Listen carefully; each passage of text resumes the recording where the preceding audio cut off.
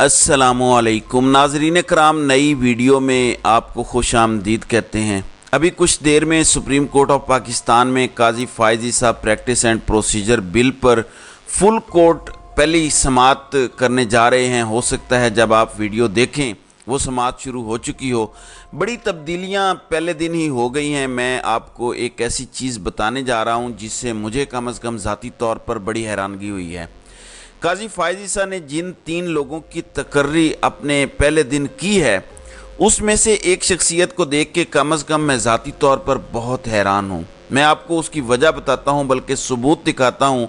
आप भी हैरान हो जाएंगे देख के कि हम जो सोच रहे हैं कि काजी ने जो लाइन लेनी है और इस शख्सियत को अपने साथ रखना, ये कोई बातें आपस में जुड़ नहीं रही। हालात कुछ मुख्तलिफ नज़र आ रहे हैं, इस पर भी बात करते हैं।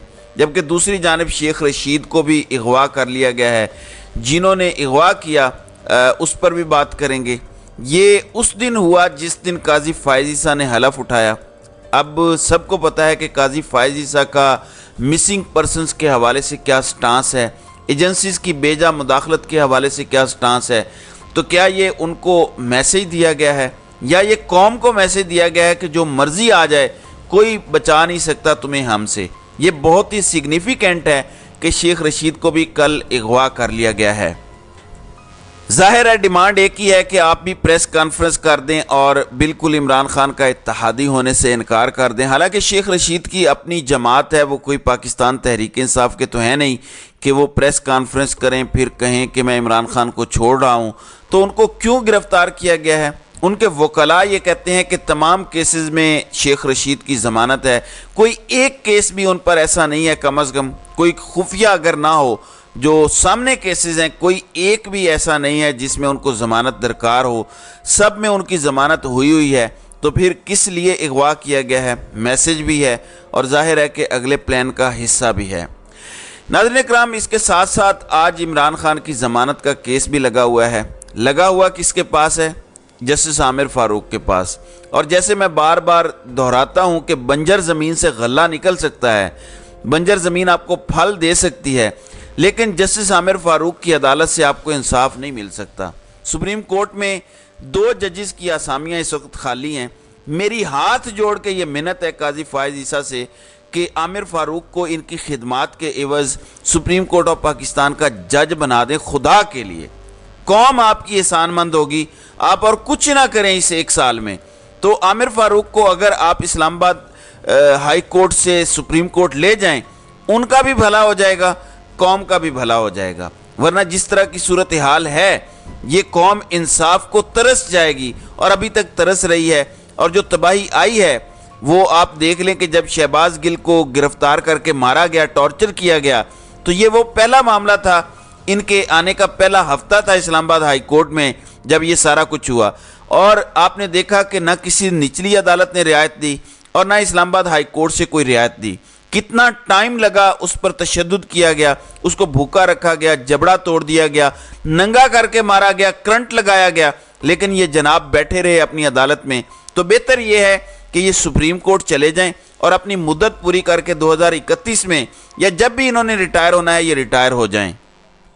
नाज़रीन कराम, काजी फ़ाइज़ ईसा ने जो रजिस्ट्रार सुप्रीम कोर्ट बनाया है वो एक खातून है जिनका नाम है जजीला असलम। ये रजिस्ट्रार सुप्रीम कोर्ट के ओहदे पर आज से काम शुरू कर चुकी हैं।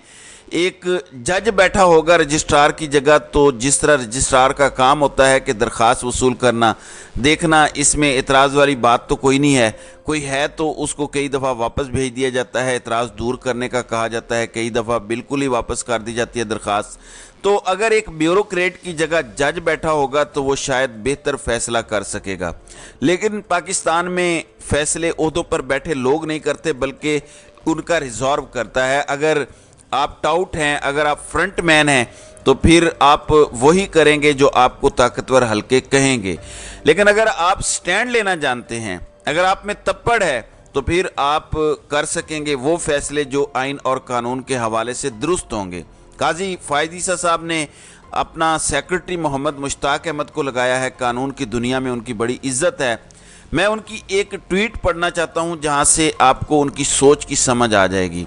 उन्होंने कहा कि खुलासा ये है कि बिल की पार्लियामान से मंजूरी के 10 दिन गुजरने के बाद भी جب تک صدر اس پر دستخط نہ کریں اسے قانون کی حیثیت حاصل نہیں ہو سکتی، اور صدر بعد میں بھی ایسے بل واپس کر سکتے ہیں، اور اسمبلی کی تحلیل کی دونوں صورتوں میں انتخابات کی تاریخ مقرر کرنے کا اختیار صدر ہی کے پاس ہے۔ یعنی ان کا یہ سٹانس زیادہ پرانا نہیں ہے، یہ 30 اگست کی ٹویٹ ہے۔ میں نے آپ کو اس لیے یہ پڑھ کر سنائی ہے کہ یہ اپروپریٹ ہے۔ قاضی فائز عیسیٰ نے ان کو اپنا سیکرٹری بنایا ہے، یہ سپریم کورٹ کے چیف جسٹس کے سیکرٹری بنے ہیں۔ ان کا سٹانس یہ ہے کہ جو آفیشیل سیکرٹ ایکٹ اور آرمی ایکٹ کے قوانین بنے ہیں بغیر صدر کے دستخط کے وہ ایکچولی درست نہیں ہیں، جب تک صدر دستخط نہ کریں یہ نہیں ہو سکتا۔ دوسرا، وہ اس بات کو بھی تسلیم کرتے ہیں کہ الیکشن کی تاریخ دینے کا اختیار صدر مملکت کے پاس ہے۔ تو مجھے تو یہ بہت پازیٹیو بات لگتی ہے، میں تو بہت زیادہ حیران ہوں کہ قاضی فائز عیسیٰ نے اتنا سچ بولنے اور حق و سچ کے ساتھ اب تک جو نظر آ رہا ہے بظاہر کھڑا ہونے والا بندہ کیسے چوز کر لیا ہے۔ کیا قاضی فائز عیسیٰ سب کو سرپرائز دینے جا رہے ہیں؟ کیا وہ اپنی ذات سے اوپر اٹھ سکیں گے؟ کیا جو بدلے کی آگ ان کے اندر جل رہی ہے وہ اس سے اوپر اٹھ سکیں گے؟ آپ کو پتہ ہے کہ کل ان کی حلف برداری کی تقریب میں تمام طاقتور لوگ موجود تھے، ون ٹو آل، پوری ٹیم موجود تھی۔ ظاہر ہے کہ وہ بھی ان کے کیس میں ہوں گے، ان کو اعتماد دیں گے۔ ہو سکتا ہے کہیں کہ آپ کے خلاف جو کیسز بنے تھے وہ پچھلے لوگوں نے کیے تھے، ہم آپ کی رسپیکٹ کرتے ہیں، آپ ہمارے ساتھ چلیں، ہم آپ کے ساتھ چلیں گے، اور جو ان کے ساتھ چلتا ہے وہ پاکستان میں آئین اور قانون کے خلاف چلتا ہے۔ اب دیکھنا یہ ہے کہ قاضی فائز عیسیٰ جو 10 سال سے ایک نعرے پر کھڑے تھے کہ آئین مقدم ہے، ہم نے دیکھنا ہے کہ کیا وہ واقعی آئین کے ساتھ کھڑے ہوتے ہیں۔ سننے میں آ رہا ہے کہ جو انہوں نے آج کیس کی سماعت رکھی ہے، فل کورٹ انہوں نے بلائی ہے اور لائیو دکھانے کی تیاریاں ہیں، ویڈیو کے حوالے سے وہ کیمرہ مین بھی جا رہے تھے۔ میں ایک اور ریکویسٹ یہاں پر کرنا چاہوں گا، قاضی فائز عیسیٰ عمران خان کو کوئی ریلیف نہیں دیں گے، یہ بظاہر ایسا ہی نظر آتا ہے۔ عمران خان کو عدالتوں سے کوئی ریلیف نہیں ملے گا، بظاہر یہ بھی ایسا ہی نظر آتا ہے۔ لیکن کیا قاضی فائز عیسیٰ جو ہمیشہ سے کہتے رہے ہیں کہ کیسز لائیو دکھانے چاہیے، وہ عمران خان کے تمام کیسز کی لائیو براڈ کاسٹ کا حکم دے سکتے ہیں؟ یہ ان کے اختیار میں ہے۔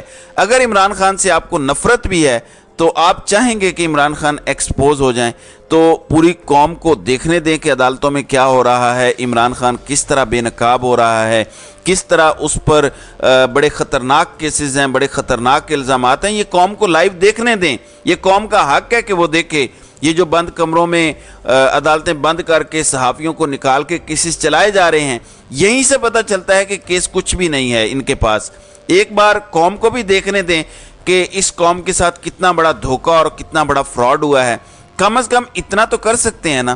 چلیں فیصلہ پھر بھی خلاف دے دیں، قوم کیا کر سکتی ہے؟ کوئی کسی کا کیا بگاڑ سکتا ہے؟ یہاں پہ تو جو لوگ بڑے عہدوں پر بیٹھے ہیں ان کا عام عوام کیا بگاڑ سکتی ہے؟